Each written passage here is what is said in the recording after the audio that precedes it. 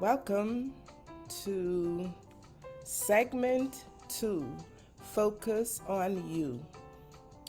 And today we look at knowing and fulfilling your life's purpose. Last week we had segment 1, and as I began, I continue. So I need you to take out your paper, pen, pencil, because you will need to make some notes. First segment focused on 3 critical truths about you, and I'm wondering what truth or truths did you walk away from last segment with? I know that these segments will be kind of different from what you are accustomed to, but it's intentional because my intention over these 12 segments is to have you become more familiar with yourself. So it would require you to take notes, to reflect, to question, and to answer yourself based on the information that I share with you from week to week. And so, if I was to walk away with 3 truths from the first segment, the first would be that you are indeed a tripart being: mind, body, and spirit. The second truth that is critical that I would have walked away from that segment with is that you are unique, despite the fact that you share this tripart existence with every other human being. Yes, every other human being that you encounter consists of that tripart: mind, body, and spirit or soul. So, the third thing that I found to be most critical is that even though you are unique, you do share some commonalities with other beings. When we look at the mind, body, and spirit, we all have a body, we all have a mind, we all comprise of the Spirit of God, because without it, we cannot be here. Our physical would have decayed and our mind would have ceased. But collectively, the third important point is that these 3 parts of our being are interconnected, interdependent.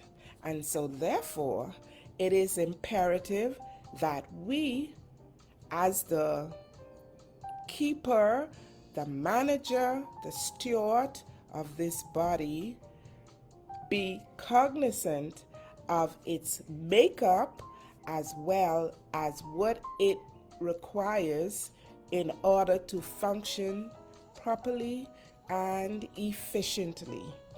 So today, we're going to look at segment 2, which focuses on knowing and fulfilling your purpose. So what do you think your purpose is? Do you think we all have the same purpose for being here on this earth at this time in this body? We have different bodies, we know that. So is it possible that we also have different purpose? How do you know your purpose? Think about it. Write it down. What is my purpose? How do I know my purpose? So in the next 10 minutes, we are gonna think about these questions, and we are going to try to see how we can navigate through our mind's eye and come up with what is your purpose. So the first hint for discovering and knowing your unique purpose is to find out, when are you most comfortable with yourself? Is it when you're asleep? Is it when you're singing? Is it when you're cooking? Is it when you are dialoguing and interacting with others? Is it when you are alone? Is it when you are helping others? Some say, but that's not my purpose. It's too simple to be my purpose. But it is directly connected to the purpose that you serve as a human being. Mind, body, and spirit. It sounds too selfish. It sounds too simple. But in all honesty, your purpose is centered around that element of your being with which you are most comfortable. Now, some people might say others are comfortable tattletaling, gossiping, harming others, speaking ill of others. But do you think that they are truly comfortable with that? I assure you that that common element that we all share, that we call our spirit, confirms that none of us are ever comfortable. As a matter of fact, when we display those types of negative actions, behaviors, and thoughts, we are above all things most miserable. So if we were to go back to our makeup of mind, body, and spirit, what do you think of those three entities actually help us to truly identify our purpose? Is it the body, the physical? Is it the mind? Or is it our spirit? And that is where the comfort that we experience resides. When we are in tune with the spirit that dwells within us, it is then that we become aware of who we are, whose we are, why we are here, and what is our purpose. So it requires what? Some consciousness. It requires some quiet time, some slowing down of our busy activities on a daily basis, to mindfully reflecting on what did I do today? How did I help?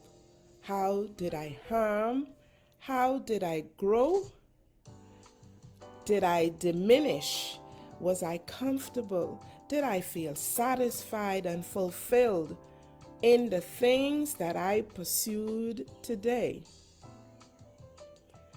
When your answer to those questions are yes, then you know that you are indeed living within your purpose. No one, I repeat, no one ever feels comfortable. The vilest of individual can't feel comfortable in being disruptive, ill-mannered towards others or even towards themselves. Because that which resides within us, yes, even the atheist can say, I have this inner burning, this inner desire, this inner yearning to do something good for another. But then, the most important of all truths about yourself is that in order to do good for others, you must first be available to do good for yourself.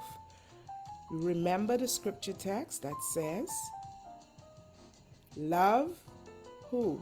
Your neighbor as, what's the template? What's the yardstick? As yourself. So your first responsibility is to love yourself, to grow, to be satisfied, and then to give and share the love, the peace, the happiness, the joy, the contentment that is within you with others. And so, there are many of us, and we all have diverse, unique purpose. As our faces differ, we may look similar to siblings, our parents, relatives, even strangers. But when it comes to our unique identity, the fingerprint, that is the mark that is on our hearts, that comes from our source, the Creator, God, controller of the universe, creator of our minds, our bodies, and our spirit. So you may ask the question, why then do I differ from others? Well, when we came into this world, we were placed in a special environment. We were delivered via a special agent called the mother, who cohabitated with the other agent whom we call our father.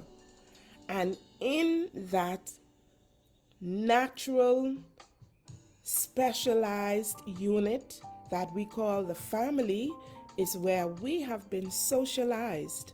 And so, yes, we do have some traits, some desires that are destructive not only to ourselves, but to our families, to our wider communities. But that is not naturally who we are. It does not coincide with the purpose for which we exist. So, if you want to know your unique purpose, only you, no one else. Yes, we have persons who believe that they, are able to tell us, oh, that's your purpose. No. This is your purpose. On second thought, yes. Second, third, and fourth, even fifth thought, people have ideas about your purpose, who you are, what you were intended to be. But the only person who can really put a finger on the pulse of your purpose is you. So, what does it require? Some people go through life within the first 10 years. They are able to identify their purpose at the tender age of 10 years. Some people say, oh, that's impossible. But you have persons who will tell you, I was born to be XYZ. I was born to be a preacher. I was born to be a teacher. I was born to be a doctor. I was born to just be the best friend that someone can ever ask for. Simple, but it is your true purpose. Yes, you have responsibilities as is dictated by the norms and the culture of your society. But above all and beyond all is to fulfill your unique purpose. So how do you get to do it? It requires time. It requires reflection. It requires conscious mindfulness. Really, really take stock of you. Slow down. Forget the noise in the market. Everyone has an opinion about what you should be doing, who you are, where you're headed. But if you want to know if any of those ideas, some of them may coincide with what you truly believe, but you have to get deep within yourself. You must take time to know yourself. You must take time to love yourself. Embrace your ideas. There is not one single human being on the face of this earth who knows you better than you, and God that resides within you. And our purpose is truly to align ourselves with Him. When we look at the nature and the character of God, the first thing that it says is God is love. And when you look at the scriptures, it tells you that love is not a number of things, but that it is a number of things. And I'm not going to go into those ideologies because you do have a Bible, and if you don't, you can Google it. The nature of love from a biblical perspective. And truly, you cannot express love for another until you first love yourself. Again, back to basic. Love your neighbor as yourself. So your first responsibility is to self, to love yourself, to know yourself. And what happens when you are not living within your purpose? Can you believe it if I tell you the physical is affected, the mental is affected, and so is the spiritual. The spiritual man, the physical man, the being of that tripart existence, mind, body, and spirit, interdependent, interrelated. They all depend on you living, knowing, understanding, walking in your purpose. So, as we wrap up today, I encourage you, take time to know you. Take time to know you. Know your purpose. Know what it is that you have come to this earth to do. We have, as our example, Christ Jesus, very commonly known even among non-Christians. His life was an example. He came to this earth with a purpose, and so did you. And it is far beyond that which your teacher told you, which your preacher told you, what your parents told you. It comes from within you. The alignment, the peace, the joy that you are seeking resides here first before it comes out and interacts with what you are surrounded by. The thing about what you're surrounded by is multiplicity of diversity, meaning there is good and bad, happy and sad, sweet and bitter. All the opposites that you can think of, all the contrasting existence, states of existence. That's what on the external. But what's on the inside is the pure nature of God. So we need now to be able to determine how do we align ourselves with the pure that comes within. And if you don't believe me, I want to end with this analogy. When a child comes into this world, it is pure. That is the state. And even if we look at, as we study the scriptures, it says, to enter the kingdom of heaven, you must be as a little child. That little child is pure from all of the external influences. It is only as we grow and grow and grow that we now begin to limit ourselves to this belief or that belief. But do we truly know what it is, or are we just boxed in by all the filters, the sounds, the information that is crowding our brains, that we do not have time for self? The series says focus on self. I encourage you to step back from the noise in the market. Hear that inner, still small voice that is bidding you to come and sit a while and rest a while and study yourself. I am encouraging you. Take time to know you.